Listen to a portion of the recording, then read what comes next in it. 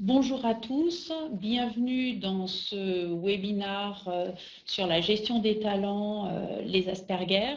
Nous allons avoir 45 minutes ensemble. Tout de suite, pour vous rassurer, vous aurez la possibilité de télécharger la présentation qui est très courte, vous verrez. Et ce webinaire va être enregistré, donc disponible après pour vous tous pendant une année. Je vais tout de suite commencer, on se présentera ensuite. Donc les facultés des autistes Asperger sont une richesse inestimable pour les entreprises et pour l'entreprise qui sait les recruter. Mais aussi les accueillir, mais aussi leur offrir un environnement adapté. Et avec un bon environnement, on arrive vraiment à avoir des employés qui peuvent révéler tout leur potentiel véritable, qui peut être des véritables leviers pour les entreprises. Et c'est ce que nous allons vous présenter au cours de ces 45 minutes, c'est quelles sont les différentes étapes, les étapes clés en fait qu'on ne doit pas louper si on veut bien accueillir un autiste Asperger et surtout le maintenir en poste et le garder. Donc, n'hésitez pas à nous faire part de vos problématiques sur le chat qui est accessible à vous tous. Vous pouvez écrire, on lira les questions au fur et à mesure et on y répondra au fur et à mesure. Et nous aborderons aussi à la fin de la présentation les quelques questions qui nous ont été envoyées par mail avant aujourd'hui. Je vais commencer tout d'abord par nous présenter. Donc, je suis Sabine Loria.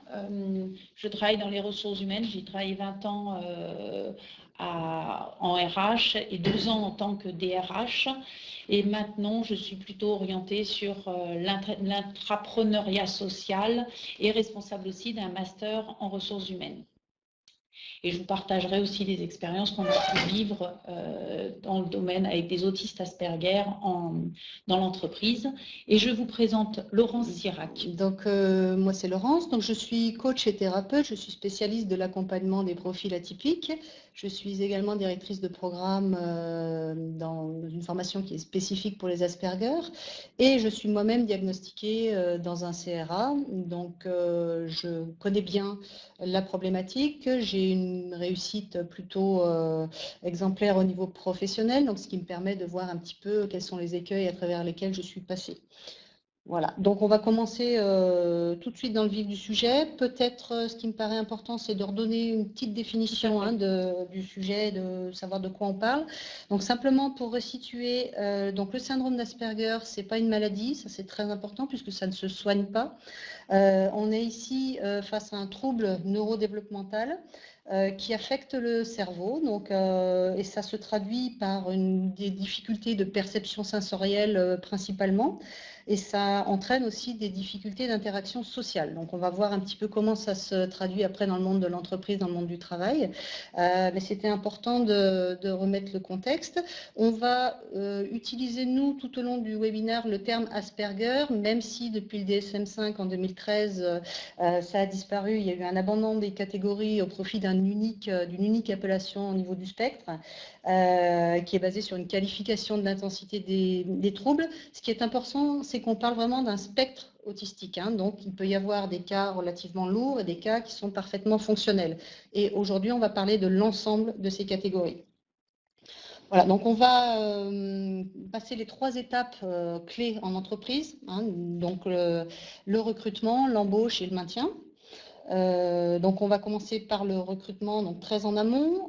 Très en amont, c'est quoi? C'est l'offre d'emploi, l'annonce, peu importe le support qui est utilisé. Ce qui est important pour les recruteurs, pour les RH, c'est de comprendre que nous, Asperger, nous allons prendre au pied de la lettre ce qui est écrit dans l'annonce. Donc, premier petit bémol à prendre en compte, c'est-à-dire qu'une annonce qui va spécifier des termes relativement vagues, par exemple, une 3e langue est un plus. Qu'est-ce que c'est qu'un plus? Disponible immédiatement et mobile, par exemple, c'est le genre de mention aussi. Immédiatement, est-ce que ça veut dire que je commence demain? Et mobile, oui, je suis mobile, j'ai une voiture. Donc voilà, c'est ce type de petits détails qui doit être ajusté au mieux au niveau de l'annonce, sachant que dans une annonce, les RH vont mettre le mouton à 5 pattes. Hein, on va essayer d'avoir un éventail le plus possible de compétences. Sauf que l'Asperger qui voit cette annonce-là va se dire est-ce que je corresponds vraiment précisément? Et si je ne corresponds pas précisément, ben, je vais peut-être pas répondre, tout simplement. Ne pas postuler. Ne pas postuler. Ce qui veut dire que pour l'entreprise, nous devons être vigilants à être précis dans l'offre d'emploi, à être le plus descriptif possible sans utiliser des termes qui pourraient être mal interprétés. Pas suffisamment précis, voilà, tout simplement. Pas suffisamment précis. Donc, utilisez plutôt des termes simples, en français courant. Voilà. Donc, attention au jargon RH, le jargon RH ou des abréviations. Après, on dit ça pour les autistes Asperger, mais c'est la même chose pour les neurotypiques, c'est-à-dire les gens qui ne sont pas Asperger, ont aussi besoin d'offres d'emploi qui soient le plus claires possible. Et c'est vrai que du coup, ça peut aussi amener les entreprises à être vigilants sur leur mode de communication. Quand on recrute un Asperger, on doit être précis sur son écrit, mais on peut se dire que c'est la même chose en fait pour tout le monde. Tout à fait. Alors, juste après l'annonce, au niveau du process de recrutement, quelque chose qui peut être extrêmement difficile pour nous, c'est ce qu'on voit actuellement dans les tendances, c'est-à-dire soit l'appel téléphonique en premier filtrage, ou pire, le vidéo recruitment. Ça aussi, c'est extrêmement complexe, puisque au téléphone, c'est pas évident pour nous de décoder à quel moment il faut parler. Donc ça s'apprend petit à petit, mais en premier lieu, ça peut aussi rebuter. C'est-à-dire que si le premier contact est fait par téléphone, on va peut-être pas être satisfait du rendu qu'on a en face. Pareil pour le recrutement vidéo, c'est aussi un obstacle important puisque la vidéo va principalement juger le non-verbal. Donc on va le voir après dans l'entretien, mais on peut éviter ce genre de premier contact quand on cherche à recruter un Asperger. L'écrit, privilégier l'écrit.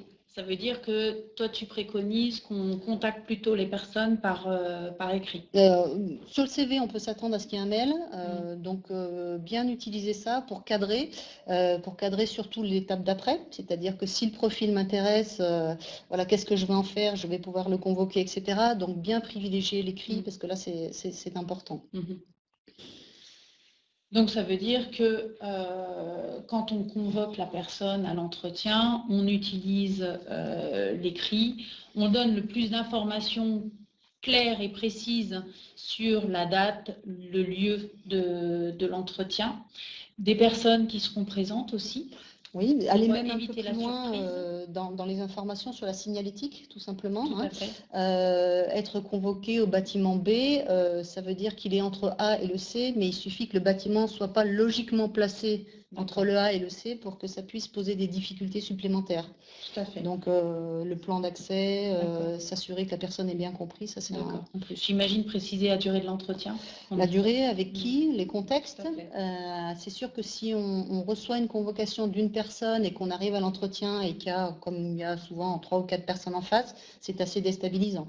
En revanche, si on sait à l'avance qu'il va y avoir 4 personnes et qu'on connaît un petit peu leurs fonctions, qu'on sait le temps que ça va durer et éventuellement s'il y a des tests d'entretien, des tests de compétences, des tests de logique ou psychométriques, c'est important de préciser aussi. D'accord. Et alors, la personne est là. Alors, j'ai une question, je vois qu'il y a une question de Bertrand. Alors, la question de Bertrand, cela veut dire que l'on sait dès le départ que l'on veut embaucher un Asperger. Alors, effectivement, si on sait qu'on veut embaucher un Asperger, il faut procéder comme... Nous, on préconise de procéder de cette façon-là. En revanche, si on ne le sait pas, comment on aborde la personne? Alors, on va pouvoir le voir dans certains petits indices dans le CV. Alors, évidemment, si on est dans une entreprise où il y a un vrai service RH, on va fouiller un petit peu pour savoir qui est le candidat. C'est des informations qu'on peut connaître, hein. Une recherche sur Google et les Asperger sont très présents dans des forums où l'annonce la plupart du temps, donc ça peut être un indice déjà.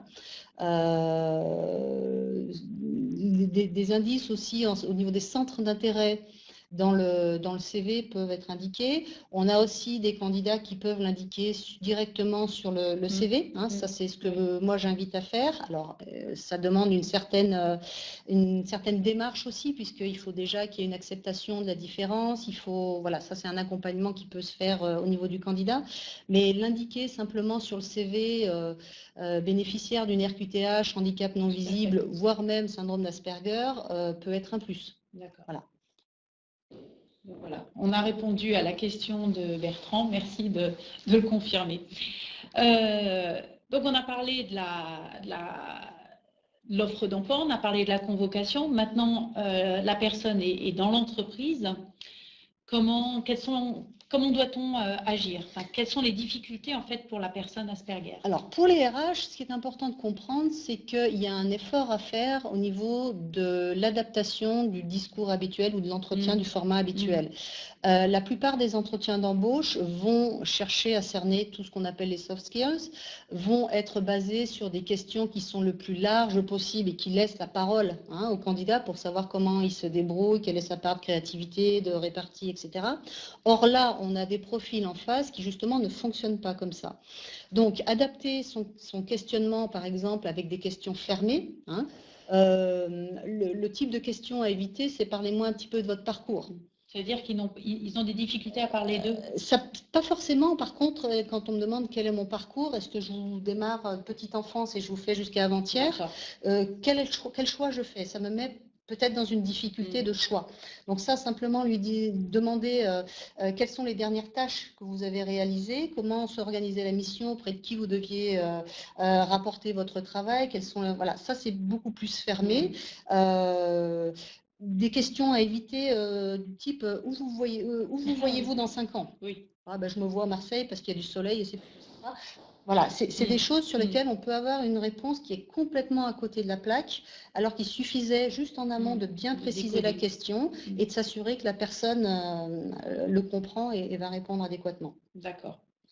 Donc ça veut dire que nous autres, RH et entreprises, on doit aussi changer ce format classique de l'entretien. Alors, il y a, je pense, un effort d'adaptation des RH à faire. Ce qui est intéressant, c'est qu'arriver à ce degré de précision pour les Asperger permet aussi de savoir, en tant qu'RH, si ce que je pose comme question est compréhensible par tout un chacun. D'autant plus qu'en tant qu'RH, on a souvent la tête dans le guidon, on a un jargon propre à l'entreprise avec tout ce qui est acronyme. Par exemple, est-ce que vous avez déjà utilisé un CRM? Oui, ok. Qu'est-ce qu'on attend de moi comme réponse? Effectivement, si j'ai déjà travaillé dans le commercial, je sais utiliser un logiciel. Est-ce qu'on attend de savoir quel est le type de logiciel que j'ai utilisé ou pas? Ça, c'est vraiment les questions sur lesquelles il faut se poser en amont et se dire quelle réponse j'attends et est-ce que je ne peux pas éventuellement formuler la question de manière beaucoup plus succincte et précise. C'est exactement ce que vient d'écrire Bertrand et le qu'en pensez-vous qui est assez... C'est très perturbant la question de qu'en pensez-vous, puisqu'on comprend qu'effectivement il faut donner un avis, sauf que le cadre est absent. Je suis capable, si vous me demandez mon avis, de parler pendant 2 heures sur un sujet. Si je n'ai pas le signal en face, alors je fais des suppositions parce que moi j'ai appris à le faire, mais je me mets à la place d'un Asperger qui n'a pas eu cet accompagnement-là, à quel niveau de précision j'arrête le qu'en pensez-vous? Tout à fait. Et ça peut porter à confusion très rapidement. Moi j'y vois un côté positif, c'est que ça nous oblige aussi à être précis sur ce qu'on demande, à poser des questions pertinentes et pas forcément à lancer des questions trop vagues. Ça nous oblige aussi à avoir une sorte d'hygiène en fait de communication. Clair sur les offres d'emploi, clair sur les indications que l'on donne pour permettre aux gens de se rendre au rendez-vous, et clair aussi sur les questions, et vraiment nous oblige aussi à identifier quelles sont les compétences que l'on recherche. Tout à fait. À se poser tout ce travail, en fait, toutes ces questions en amont, qui ne sont pas uniquement pour les Asperger, enfin, qui sont aussi utiles et nécessaires pour les autres personnes, les neurotypiques. Je rajoute une précision aussi sur la fin de l'entretien. Le décodage habituel non verbal que fait n'importe quel collaborateur qui va voir éventuellement un signe de la tête, un petit signe de fatigue ou quelque chose d'imperceptible. Voilà, on a fini l'entretien, tout le monde le sait, mais ça n'a pas été formulé et pas forcément décodé par un Asperger. Donc simplement penser à dire, voilà, l'entretien est terminé, je vous remercie. Et juste avant l'entretien est terminé, on évite, avez-vous des questions ? Ça, c'est classique en entretien d'embauche.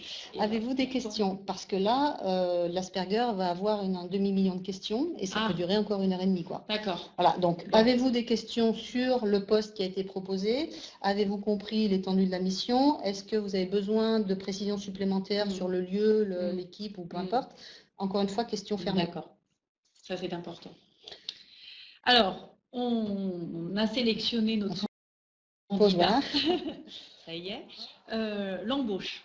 Alors, quel est le besoin de l'Asperger dès le départ? Alors, là encore, on a 2 cas de figure. On a l'Asperger qui s'est signalé comme tel. Et à ce moment-là, c'est important de mettre des ressources. Donc, les ressources, s'il y a une mission handicap dans l'entreprise, par exemple, aller savoir quelle est la personne ressource, le responsable de la mission handicap. Si on est dans une plus petite entreprise, je suis soit le RH, soit le manager, voilà, d'être vraiment disponible pour accompagner. L'entrée en poste est stressante pour beaucoup de collaborateurs, elle l'est encore plus pour un Asperger. Donc, soignez très précisément l'onboarding, l'arrivée en poste. Prenez ce que vous faites habituellement pour un collaborateur lambda et posez-vous la question, est-ce que c'est suffisant? Je pense que ça, c'est pas mal. Donc, est-ce que c'est suffisant en termes de consignes, d'explications sur l'entreprise? Qui fait quoi?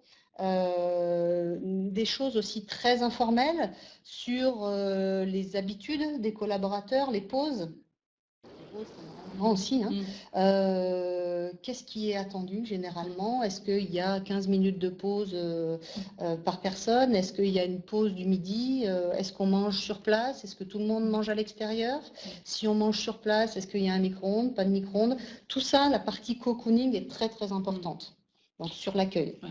En fait, c'est presque mettre l'accent sur toutes ces parties-là qu'on n'aborde presque pas en fait en entreprise quand on embauche la personne.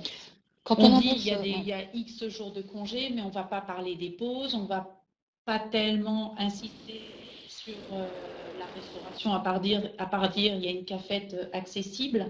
Ça veut dire que toi tu préconises d'être précis sur tout ce qui est relations sociales. Alors, c'est quelque chose qu'on ferait peut-être plus instinctivement si on avait un collaborateur étranger. Tout à fait. On peut prendre un peu ce parallèle-là. C'est comme si on avait un voilà. D'une culture différente. Qu'est-ce qu'on explique et pourquoi? Un élément aussi important par rapport à l'embauche, quand on est embauché dans une entreprise, on a le premier jour avec la RH tout un paquet d'informations, hein, le fonctionnement du CE, la mutuelle, option A, option B, option C. Et en fait, le collaborateur repart avec ça, regarde à la maison et revient quelques jours après. Ce type d'information qui est donnée de manière brute, hein, sans explication, peut être extrêmement anxiogène pour un Asperger. Et nous l'avons vécu. Voilà, donc c'est très important, la mutuelle, les contrats, le CE, les tickets resto, expliquer éventuellement avec un bulletin de salaire fictif. Voilà les cotisations, à quoi ça correspond, etc. Est-ce que vous voulez des tickets restaurants, par exemple? C'est une question à laquelle c'est pas évident de répondre. Est-ce que j'en veux? Ben non. Si j'ai l'habitude d'amener mon lunch, je vais répondre non, alors que c'est pas ce qui est attendu. Oui, il faut expliquer ce qu'il y a derrière. Voilà. Alors là, je peux vraiment témoigner puisqu'on l'a vécu aux ressources humaines. C'est rapide, on accueille la personne, on lui donne le contrat, on lui explique rapidement le contrat. Et en fait, la personne qui était Asperger n'a pas osé poser des questions. Et en fait, elle mettait du temps à signer, on ne comprenait pas ce qui se passait. Donc c'est important aussi, mais encore une fois, j'aurais tendance à dire qu'il faut le faire avec tout le monde, c'est prendre le temps de se poser, d'expliquer le contrat en détail, de s'assurer pratiquement à chaque paragraphe que c'est compris, pour vraiment débuter cette relation sur de bonnes bases. Et je pense que c'est essentiel pour les Asperger, pour les neurotypiques, cette ces premiers pas en fait dans l'entreprise sont essentiels. Et passer un peu de temps, c'est de l'investissement, je dirais. Voilà, alors ça peut aller dans des détails aussi par rapport aux possibilités de faire des pauses.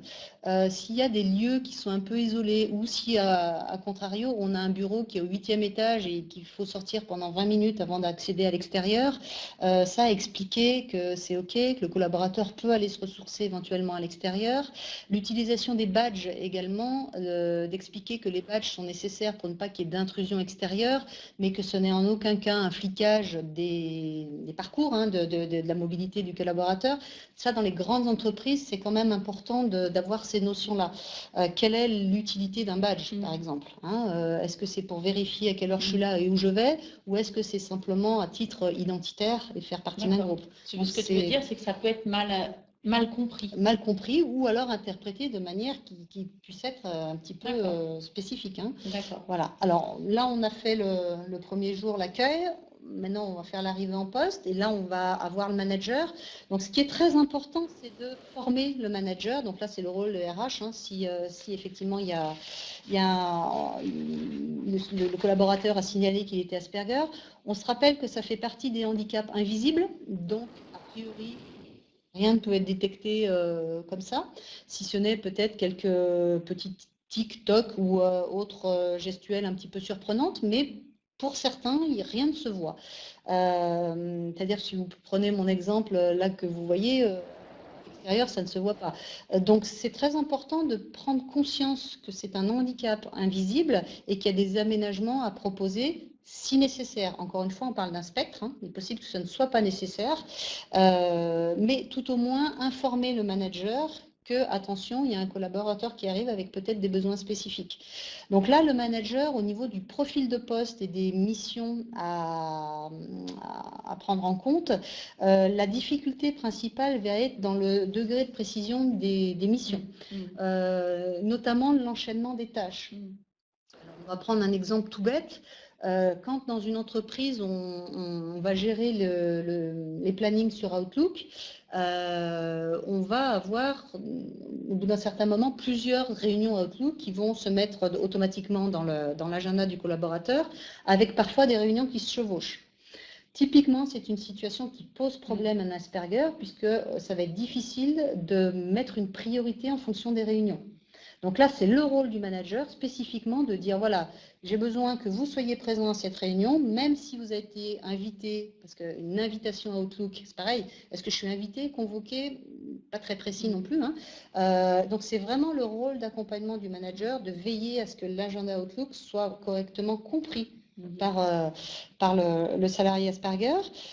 Au niveau des tâches ou des missions à réaliser, là aussi, c'est le rôle du manager de fonctionner le plus possible sous forme de gestion de projet. C'est-à-dire qu'on sait utiliser un rétro-planning pour n'importe quel projet, et bien c'est la même chose avec l'Asperger.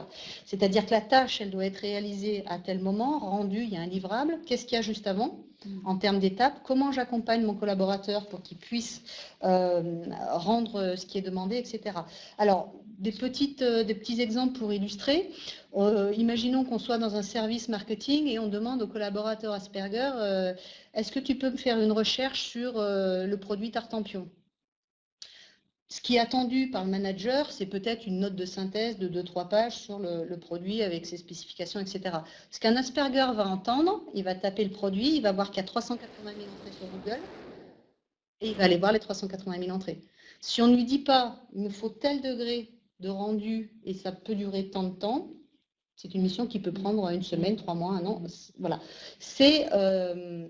Là, on a vraiment un exemple de mission à préciser pour ne pas que l'Asperger aille trop loin dans le détail. Et c'est en même temps, c'est ce qui fait l'atout, l'atout des Asperger. Si besoin, on peut lui demander d'aller dans le détail. D'aller très très loin. Alors, une question intéressante de Bertrand, la difficulté de l'aménagement du poste de travail. Très important. Là, encore une fois, on peut préconiser vraiment la demande d'une RQTH, une reconnaissance en qualité de travailleur handicapé qui se fait auprès de la MDA ou la MDPH des villes d'origine, qui permet à tout collaborateur avec syndrome d'Asperger ayant des difficultés à avoir le droit, et c'est un droit légal, à des aménagements de poste.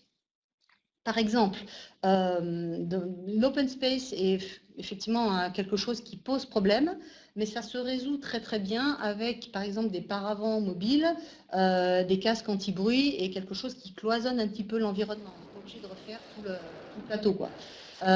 Et encore une fois, s'il y a besoin. Ce qui n'est pas forcément ça veut dire qu'il faut quand même l'amener aussi à le formaliser, à le formuler. Voilà. Et, alors, c'est une question qu'on peut poser en tant qu'RH. Si vous savez que le collaborateur a le syndrome d'Asperger ou s'il est mentionné qu'il y a un handicap, n'hésitez pas à demander de quoi avez-vous besoin. Qu'est-ce qui est important pour vous? Comment on peut vous aider? Est-ce que vous vous sentez confortable dans cet environnement? Est-ce que ça vous convient?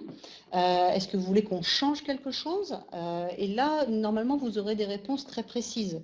L'Asperger a parfaitement conscience, une lucidité accrue sur ce qui est nécessaire pour lui pour fonctionner, notamment en termes d'éclairage. Simplement peut-être une petite lampe à LED.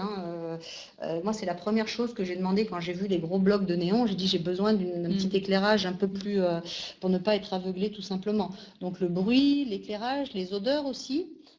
Très important. Imaginons un environnement de travail qui soit à côté de quelque chose où on utilise beaucoup les stylos, là, les feutres voilà, sur les tableaux. Ça, c'est tout bête, mais ça peut être une gêne qui peut handicaper sérieusement. Mais ça veut dire que qu'est-ce qui peut se passer si il ne nous a pas prévenus et qu'il se retrouve dans un environnement bruyant? Alors, soit l'Asperger est capable de compenser, on verra après les conséquences, soit vous allez voir qu'il y a un bug très rapidement, c'est-à-dire que la personne va se mettre en retrait, va avoir le besoin peut-être de s'isoler, de sortir, ou va couper.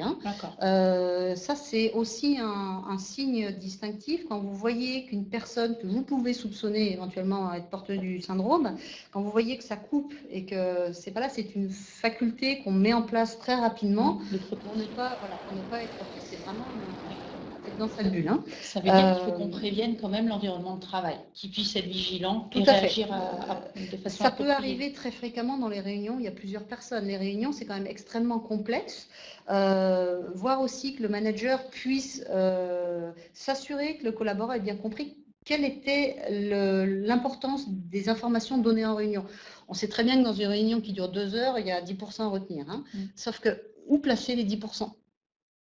Donc ça, c'est aussi un travail d'accompagnement qui peut être très performant.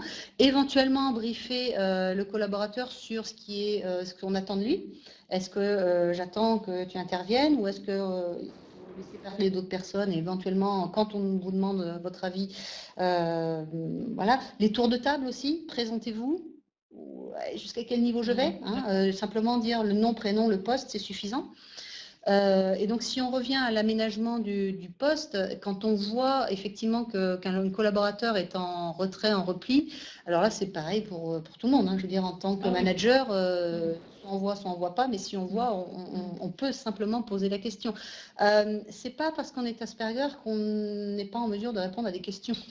Donc, ça, c'est important aussi. Mais ça veut dire que penses-tu de la possibilité de mettre en place une personne ressource, par exemple, une personne qui puisse être à l'écoute de façon peut-être plus particulière? Alors, non seulement c'est un vrai moyen pour Asperger d'avoir une soupape, mais si en plus, ce n'est pas le supérieur hiérarchique, c'est encore mieux. Voilà. Facile pour les RH de demander, voilà, on va intégrer quelqu'un, est-ce qu'il y a une personne qui est intéressée à faire un tutorat pendant 1 an? Alors attention au changement, quelqu'un qui s'engage, il faut s'engager sur une durée quand même relativement longue, parce que c'est au niveau de la confiance assez compliqué, donc sur 1 an c'est correct, ou une saison en fonction des activités. Mais c'est vraiment important de dire à l'Asperger, voilà, il y a cette possibilité de personne ressource, s'il y a une difficulté et pouvoir savoir voilà, comment appliquer. Alors je propose qu'on passe à la troisième étape qui est comment les garder, pour qu'on puisse se laisser 10-15 minutes de répondre aux questions, puisqu'il y a eu quelques questions, on en a reçu aussi. Donc le maintien en poste, cette nécessité quand même d'anticiper, parce que pour ne pas le prendre au dépourvu, c'est important. s'assurer, anticiper, gérer au départ ensemble quelles sont les priorités et le temps imparti et ce qui est attendu, quelles sont les attentes derrière. On peut prendre un exemple aussi, c'est de la même manière que quand on fait l'aide aux devoirs à un enfant qui est au collège, on s'assure qu'il a bien compris les consignes. C'est exactement la même chose. C'est pareil. Voilà, hein, donc ça, c'est relativement simple à mettre en place. On fait ça une fois, deux fois pour le lancer et après, l'Asperger comprend très vite et adapte. Donc, s'assurer bien que les tâches aussi aient un début, une fin. Oui. S'assurer aussi en cas d'imprévus qui sont pénalisants, un bug informatique. Par exemple, c'est quelque chose qui arrive. L'Asperger va avoir tendance à peut-être vouloir résoudre le problème par lui-même, ce qui peut prendre très longtemps, alors qu'il y a un service IT qui peut peut-être débloquer. Sauf que, est-ce qu'on lui a dit qu'il pouvait appeler? C'était peut-être pas très clair. Faites attention aux alarmes incendie, aux alarmes confinement. Ça aussi, ça peut être très anxiogène. Expliquer que ce sont des exercices. Voilà, c'est des détails, mais en tant qu'RH, ça peut être important. Voilà, sur les... Voilà, ça leur tourne. Donc... Voilà, on a des questions. Alors, je propose qu'on réponde aux questions, et puis on clôturera ensuite notre présentation. Donc, Lionel, merci pour votre question. Comment gérer un manager, directeur, avec potentiellement le syndrome d'Asperger, que ce soit pour sa hiérarchie ou les personnes sous lui? Alors, que ce soit un manager ou un collaborateur, c'est la même chose, c'est un humain qui a une difficulté. Voilà. Donc ça, c'est pareil en termes d'accompagnement, soit un accompagnement par le haut, soit un accompagnement transverse, puisque là, on a affaire à un manager, hein, il y a des difficultés peut-être d'ego aussi et de positionnement. Encore une fois, du dialogue, de l'écoute et d'être vraiment attentif aux besoins qui sont exprimés.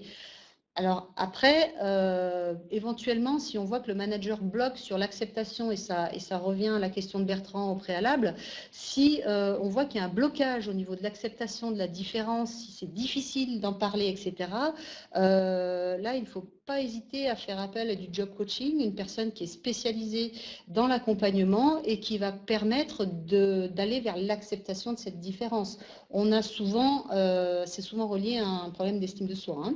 Donc, un accompagnement bien ciblé sur, voilà, je suis différent et je l'accepte, ça fait souvent, ça débloque bien souvent des situations et ça fait des miracles, quoi. Voilà. Donc ça, c'était pour les deux questions. C'était les deux questions. On avait une question tout à l'heure de... Alors, je recherche la question. L'intérêt de la personne ressource aussi extérieure, c'est vraiment une soupape, c'est-à-dire dire si vous êtes en difficulté, s'il y a des problèmes rencontrés, vous pouvez vous adresser à une personne tierce qui est neutre. Hein. On n'a pas un collègue de travail direct et on n'a pas un manager, c'est-à-dire que c'est beaucoup plus facile d'aller voir cette personne en dehors du service ou comme ça, le midi, à la pause, etc. Et dire, voilà, j'ai un problème, est-ce que vous pouvez m'aider à le traduire ou à l'expliquer à d'autres personnes? Donc ça, c'est possible aussi. La question de Geneviève, j'ai entendu dire que les Asperger avaient des dons particuliers. Je souhaiterais savoir quels dons peuvent particulièrement intéresser l'entreprise. Alors, le fonctionnement cognitif particulier de l'Asperger permet d'aller chercher des compétences qui sont au-delà de la norme. Alors, encore une fois, c'est un spectre, donc il y a des gens qui ont des dons qui sont manifestes, d'autres qui ont un fonctionnement cognitif, mais qui ne sont pas forcément, je veux dire au courant, mais qui n'ont pas forcément identifié quelles étaient leurs forces, là encore, d'où l'intérêt de l'accompagnement. Mais le fonctionnement cognitif est particulier, notamment sur la précision, le sens du détail, la détection d'anomalies, de bugs dans un schéma donné. Tout ça, ce sont des qualités innées. Il y a après tout ce qui concerne les qualités humaines, et ça c'est très important que les RH et l'équipe de travail l'entendent. Les Asperger sont intègres, donc ça c'est aussi une valeur importante dans l'entreprise. Intègre et fiable. Fiable, c'est-à-dire qu'en termes de travail, donc là c'est un petit peu difficile pour moi, mais je pense que je confirme. Laisser la parole, ça va être plus simple. C'est vrai que je confirme, ils sont intègres et fiables. Ça veut dire que vous leur demandez de faire quelque chose, de rendre un document pour le lendemain 15 heures, ce sera rendu pour le lendemain 15 heures.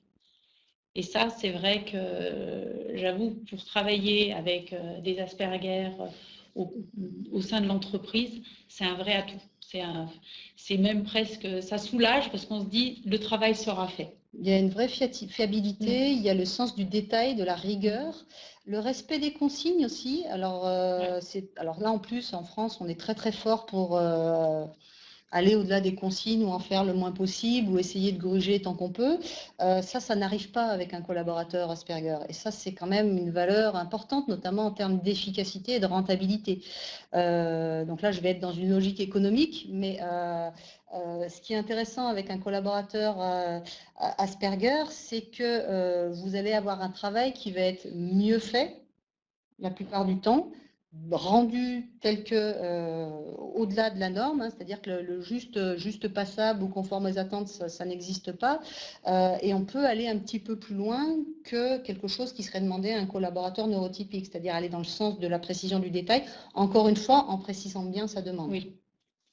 Alors, ce que dit Bertrand, c'est OK, il répondra dans les temps s'il considère la demande juste, sinon il peut l'ignorer.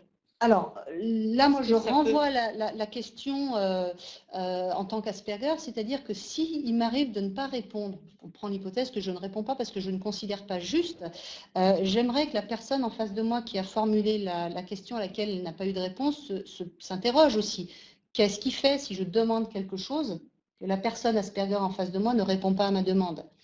Est-ce que c'est mal formulé? Est-ce que je n'ai pas expliqué le pourquoi? Parce que c'est pareil, si on n'explique pas pourquoi, on ne va pas faire adhérer. Mais là, encore une fois, c'est comme n'importe quel collaborateur, qui peut le plus, peut le moins. Là, Tout à fait. Mais même les neurotypiques, s'ils considèrent que la demande n'est pas juste, ils peuvent aussi l'ignorer. Mais ça veut dire que, admettons que je te demande quelque chose et que tu considères que ce n'est pas juste, tu souhaiterais que je puisse venir te voir et qu'on en discute? Oui, j'attends effectivement. Ou par écrit, un mail. Par écrit, c'est très important. Il faut savoir que quand on est Asperger, la plupart du temps, on a déjà été en très grande souffrance. Une incompréhension vis-à-vis des personnes extérieures ou le fait de se sentir en décalage. Donc ça, c'est du quotidien, c'est du permanent. En fonction de l'âge, ça peut, de 20 à 50 ans, c'est quelque chose qui est de plus en plus présent. Et on a envie de discuter, on a envie qu'on nous accompagne, on a envie de se sentir compris. D'accord. Ça, c'est important par rapport, par exemple, à ce que disait Bertrand. Dont le fils cherche aussi à camoufler. Ça veut dire qu'il y a un stade, il y a un moment où on a envie quand même de pouvoir partager. Qui ne rêve pas d'être compris? Je veux dire, encore une fois, là, tout le monde a envie d'être compris, entendu, respecté, écouté. Là où c'est important, c'est auprès des plus jeunes, c'est qu'ils n'ont pas les outils de communication. Donc ça revient à la question du travail en groupe. Quand on est dans un collectif, on a différentes personnalités, différentes interactions implicites, que ce soit les petites blagues, les jeux de mots, les choses comme ça. Et ça, c'est extrêmement difficile, puisque si on est en réunion pour travailler sur un sujet, quel est l'intérêt de parler de ce qui est arrivé à ton fils la semaine dernière? Alors, si on explique aux collaborateurs que ça fait partie des usages pour que tout le monde se sente bien et que lui aussi peut amener une petite anecdote. Encore une fois, on cible. Tu peux parler de ce qui est arrivé. Ça dure 1 à 2 minutes par personne et c'est quelque chose de personnel. Alors, c'est différent, personnel et intime. Voilà, là encore, on accompagne une fois, pas 15. L'avantage de l'Asperger, c'est qu'il s'approprie très vite. Ce que je comprends quand tu dis ça, c'est que l'Asperger apprend ce qu'on appelle les habiletés sociales, comme nous, on apprend les maths, par exemple. Tout à fait. C'est pas inné, donc c'est un vrai apprentissage. Donc effectivement, pour les plus jeunes, c'est pas évident. On apprend au fur et à mesure. Quand on arrive avec 15-20 ans d'expérience professionnelle, par exemple, ce qui est mon cas, j'ai appris à décoder très vite maintenant ce qui se passe en entreprise, ce qui ne veut pas dire que je suis en difficulté, parce que c'est très coûteux. Et là encore, au niveau des RH qui nous écoutent, là, attention au niveau de la prévention des risques psychosociaux. Un collaborateur Asperger qui est en difficulté ne va pas forcément le manifester si va pas le chercher ou on ne lui offre pas la possibilité d'exprimer, mais va faire, par exemple, des heures supplémentaires à outrance, puisque s'il y a une mission à faire, il ne va pas pouvoir s'arrêter, va la faire, avec un repli sur soi. Et là, on peut arriver à des cas de burn-out très rapidement au niveau de l'épuisement professionnel. Donc, soyez vigilants au niveau des RH. Alors, on a une question de Amel. Quels sont les symptômes du syndrome de l'Asperger et comment le détecter rapidement? Alors, le détecter rapidement, la plupart des Asperger savent eux-mêmes qu'il y a un décalage vis-à-vis des autres, donc le perçoivent. Donc, pour les plus jeunes, être à l'écoute de ces perceptions-là. Encore une fois, c'est un spectre, donc on peut avoir des manifestations qui sont assez flagrantes, par exemple des agitations, des tocs, des petits mouvements qui sont là pour rassurer, la présence d'objets transitionnels, des choses comme ça, ou on peut ne rien voir du tout, et notamment chez les femmes Asperger, parce qu'elles ont une capacité, une propension à pouvoir compenser beaucoup plus facilement. Donc ça, c'est important de le comprendre. Il y a des professionnels du dépistage. Il y a en France 23 centres de ressources autisme avec des professionnels qui sont formés. Je vous invite dans ces cas-là à demander un diagnostic en bonne et due forme, c'est-à-dire complet, qui va faire un bilan pluridisciplinaire des forces et des faiblesses, des difficultés, des choses à mettre en place. C'est très important d'avoir ce bilan diagnostique. C'est long, il y a beaucoup d'attentes. En revanche, ça vaut le coup et c'est vraiment nécessaire pour la suite de l'évolution à la fois personnelle et professionnelle. Ce que j'ai entendu dire, c'est que quand le diagnostic tombe, c'est presque un soulagement en fait, parce qu'on se dit « Ah, ceci explique cela ». On peut penser pendant très longtemps qu'on est complètement cinglé ou que les autres ont un problème. Il y a les deux versions. Qu'est-ce que je fais ici, donc l'importance du diagnostic, on ne le dira jamais assez. Et encore une fois, un diagnostic fait par une équipe pluridisciplinaire, puisque sinon on rentre dans des difficultés. C'est très à la mode. On va avoir beaucoup de faux Asperger. C'est très tendance actuellement parce que justement les entreprises souhaitent recruter de plus en plus d'Asperger. Mais pour les personnes qui sont en souffrance notamment, prenez le temps de prendre rendez-vous dans un centre de ressources autisme auprès de professionnels qualifiés qui vont vous apporter une vraie valeur ajoutée dans la compréhension du fonctionnement et dans les choses à mettre en place. Alors, je voudrais revenir aux questions qui nous ont été envoyées par mail. Principalement, ce sont des questions sur la difficulté de contact avec une personne atteinte de syndrome d'Asperger ou comment gérer les relations entre Asperger et autrui. Si on devait le résumer, ce serait quoi? Alors, gérer les difficultés entre un Asperger et autrui, imaginons que vous avez demain un collaborateur qui vient du Sri Lanka, et ben, ça sera la même chose. Voilà. Qu'est-ce que vous allez transmettre à ce collaborateur-là? Vous allez lui apprendre des codes culturels, vous allez lui apprendre des habitudes dans l'entreprise, vous allez lui dire ici, est-ce qu'on se serre la main, est-ce qu'on fait la bise le matin, à qui? Ces petits détails comme ça sont très importants pour vraiment que la personne se sente bien et comprenne très vite. Encore une fois, il y a une réelle rapidité d'apprentissage, donc c'est une vraie force. Encore faut-il donner le contenu. D'accord. Pour conclure, à moins que vous ayez encore des questions, est-ce que vous avez des questions? Donc n'hésitez pas à écrire, on lit au fur et à mesure. À écrire, et puis j'avance sur la conclusion, puis on reviendra pour répondre aux questions. Donc pour conclure, pour l'entreprise, c'est quand même un atout. Enfin, vraiment, si on sait accompagner la personne, si on sait l'accueillir et être vigilant, c'est un atout puisque ce sont des personnes, comme on l'a dit, qui ont une grande conscience professionnelle même presque exemplaire, puisqu'elles suivent des règles, elles sont fiables, elles sont respectueuses des codes. C'est une maîtrise aussi de l'information liée à leur travail. Elles font du benchmark, elles sont très professionnelles dans leur façon d'agir, qui peuvent avoir une grande créativité, car elles pensent aussi un peu différemment. Et je pense que là, enfin nous on l'a vu, la confrontation de neurotypique et d'Asperger amène énormément de richesse. Ça crée de l'innovation. Et ça, moi, je n'en démords pas.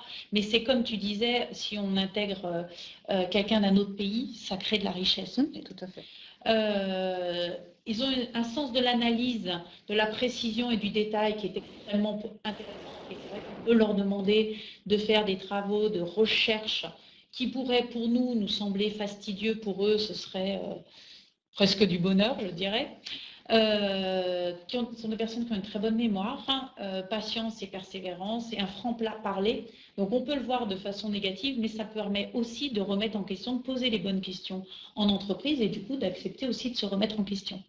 Donc moi, en résumé, j'aurais tendance à dire ce sont des personnes qui sont des collaborateurs comme les autres, parce que ce n'est pas plus compliqué que de gérer d'autres personnes, pour peu qu'on y mette aussi les formes et l'accompagnement adéquats. Oui, alors je veux juste, on a positionné un petit peu notre contenu sur des postes hautement qualifiés, on va dire. C'est quand même, on était principalement sur cet axe-là. Il faut savoir que recruter un Asperger dans tout domaine d'activité est un vrai plus. Je vais juste vous citer un exemple. Moi, j'accompagnais dernièrement un Asperger qui est dans un hypermarché. Son manager ne savait pas trop comment optimiser ses compétences et il s'est avéré avec l'accompagnement que l'Asperger en question, lui, ce qu'il appréciait de faire et ce à quoi il était très très bon, c'était de la mise en rayon en fonction des étiquettes, du code barre, etc. Ce qui pour un neurotypique peut être assez rébarbatif très vite.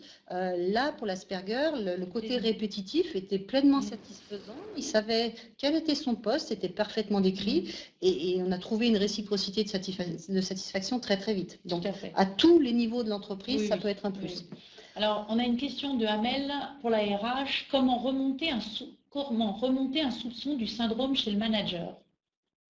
Ça veut dire, qu'est-ce que vous entendez par remonter un soupçon du syndrome chez le manager? Je pense que si toi, en tant qu'RH, tu vois qu'il y a un manager avec, qu'est-ce qu'on en fait? Je pense que la question, c'est ça. S'il y a un syndrome dans une équipe? Non. Ah, dites-nous. S'il y a d'autres questions, n'hésitez pas à les écrire, on va les prendre au fur et à mesure. 14 heures. Alors, si les personnes détectent que leur... Ah! D'accord.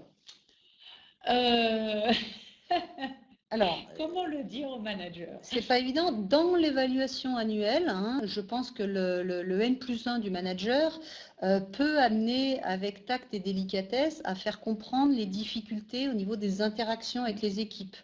Il peut y avoir, encore une fois, avec tact et bienveillance, une mise sur la piste d'un accompagnement qui peut être fait par un job coaching. On peut très bien accompagner un Asperger en job coaching sans parler du syndrome d'Asperger. Là, on va être sur les compétences relationnelles, sur ce qui est attendu en équipe, sur ce qui est attendu en compétences managériales. C'est aussi envisageable. Après, si la personne ne veut pas parler ou n'est pas prête à reconnaître, ça lui appartient. Là, ça reste du handicap et ça appartient à chaque personne. Est-ce qu'on a répondu à votre question, Amel? Alors, très bien, merci. Alors, on va prendre une dernière question parce qu'on voit que Bertrand est en train d'écrire et ensuite on sera obligé de se quitter là. Il faut aussi dire qu'un Asperger peut passer beaucoup de temps sur des détails. Oui, d'où l'importance de bien préciser les tâches et les missions, le début, la fin et ce qui est attendu. Ce qui est attendu. Alors, Bertrand est encore en train de... Et ça peut avoir un impact sur la rentabilité. Oui, tout à fait. C'est pour ça qu'il faut vraiment préciser ce qu'on attend. Bien.